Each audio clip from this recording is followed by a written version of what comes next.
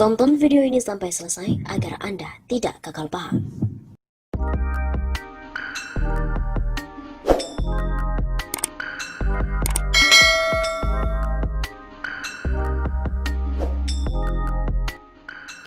Dugaan bagi-bagi duit Komisioner KPU Solo di Pilkada 2020.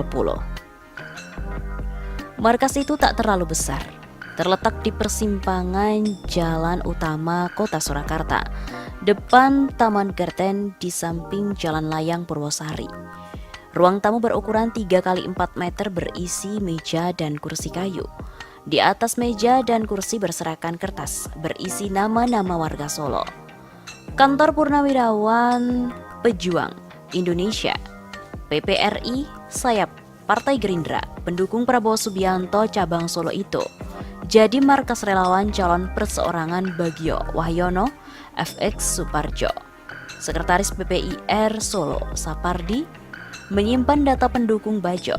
Siapa saja yang datang ke markas Sapardi bisa secara mudah melihat data yang menurut KPU masuk informasi dikecualikan bagi publik.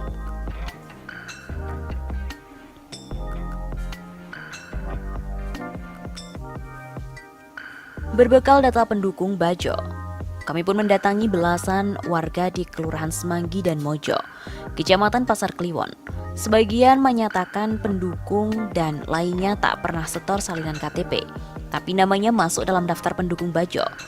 Satu keluarga di Kelurahan Semanggi, Sri Sugarni dan suaminya, berkata tak masuk akal dia mendukung Bajo setelah diberitahu namanya masuk dalam daftar KTP pendukung Bajo.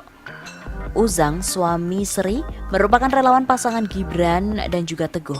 Keduanya juga tak pernah diverifikasi oleh petugas pemilihan mendukung Bajo.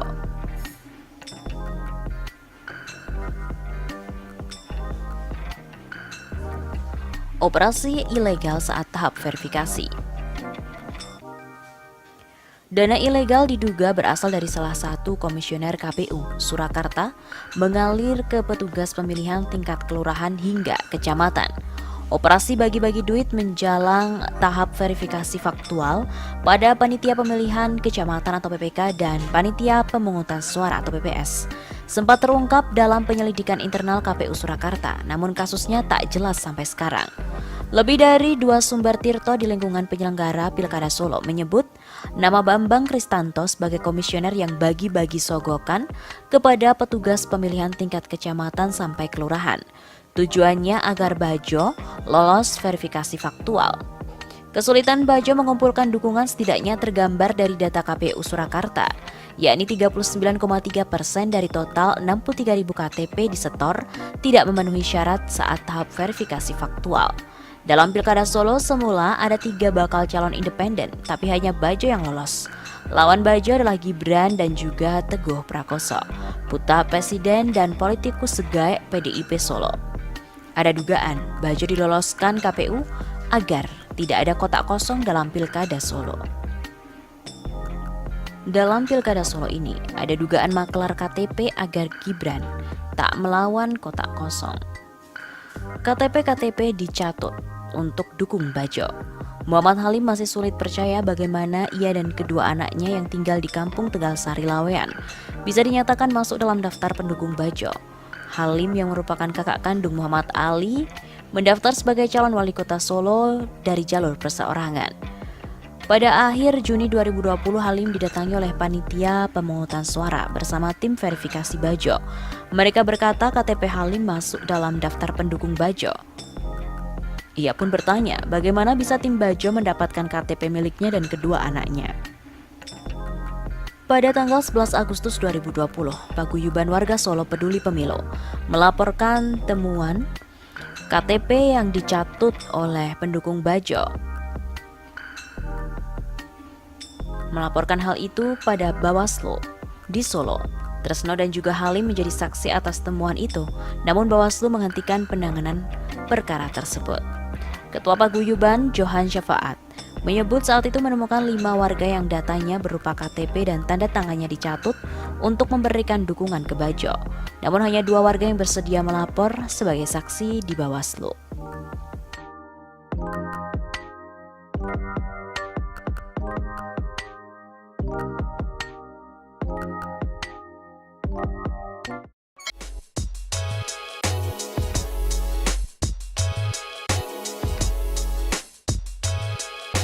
Gibran dan Bobi seharusnya dipenjara karena pelanggarannya bertubi-tubi dengan unsur kesengajaan. PA 212 mendesak Polda Metro Jaya untuk segera membebaskan Imam Besar Front Pembela Islam Habib Rizik Syihab. Desakan itu disampaikan oleh Wakil Sekretaris Jenderal Wasekjen PA 212 Novel Pamukmin yang merasa adanya ketidakadilan terhadap penegakan hukum antara Habib Rizik dengan putra Presiden Joko Widodo, Gibran Rakabuming Raka.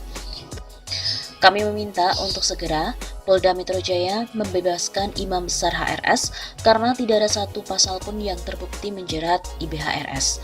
Ujarnya kepada kantor berita politik RMOL pada hari Senin 14 Desember.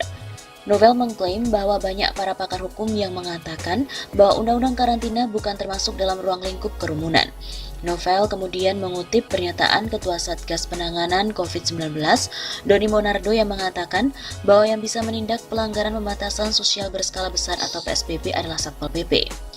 Yusril Iza Mahendra pun mengatakan bahwa pelanggar PSBB tidak bisa dijerat pidana dan hukuman paling tinggi terhadap pelanggar PSBB adalah denda. Dan padahal IBHRS telah membayar denda tepat pada waktunya. Masih kata Novel, dirinya juga menyoroti perbedaan sikap penegak hukum terhadap pelanggar protokol kesehatan COVID-19 yang dilakukan oleh Gibran Rakabuming Raka maupun menantu Jokowi Bobi Nasution di saat proses Pilkada 2020. Kalaupun harus terjerat, maka jelas Gibran dan Bobi harus dipenjara serta diborgol dan memakai baju tahanan karena pelanggarannya sudah berat dan bertubi-tubi. Dengan jelas, unsur kesengajaannya dipertontonkan sebagai orang yang kebal hukum. Dengan bukti perayaan kemenangannya sangat fatal melanggar protokol kesehatan dan masih banyak lagi kubu penguasa pelanggar berat prokes, terstruktur, sistematis, masif dan juga brutal. Begitu pungkas Novel. Tapi, mana berani polisi menindak Gibran yang melanggar protokol kesehatan. Anggota DPR RI Fadlizon mengkritisi aparat berwajib yang dinilai tidak tegas terhadap putra Presiden Gibran Rakabuming Raka. Pasalnya Gibran telah melanggar protokol kesehatan di masa kampanyenya yang lalu. Melalui akun Twitter @Fadlizon, Fadli juga menantang polisi untuk menindak Gibran. Dalam cuitannya, Fadlizon mengutip artikel pemberitaan salah satu media online berjudul "Tidak hanya HRS, aparat juga harus tindak tegas terhadap putra Jokowi Gibran". Dalam berita itu, anggota DPR RI Mardani Alisera meminta polisi bersikap adil. Tak hanya menindak Habib Rizik Syihab, namun polisi juga harus menindak Gibran yang melanggar protokol kesehatan. Fadlizon melalui akun Twitternya mengomentari berita itu. Ia mempertanyakan keberanian polisi dalam menindak Gibran yang melanggar protokol kesehatan. Mana berani? Kata Fadlizon dikutip dari redaksi suara.com. Gibran pun pernah ditegur oleh Bawaslu. Bawaslu Kota Solo menyebut bahwa pasangan Gibran Rakabuming Raka, Teguh Prakoso dan juga Bagio Wahyono melanggar protokol kesehatan saat mendaftarkan dirinya ke KPU. Dalam aturan, jumlah peserta saat pendaftaran bakal calon kepala daerah dibatasi. Akan tetapi dalam praktik di lapangan, keduanya justru diantar oleh ribuan orang. Para simpatisan kedua calon tak mengindahkan protokol kesehatan. Mereka berdesakan tanpa memperhatikan jarak. Bahkan ada pula simpatisan yang tidak mengenakan masker. Bawaslu juga telah mengirimkan surat peringatan kepada Gibran Teguh serta Bagio Suparjo.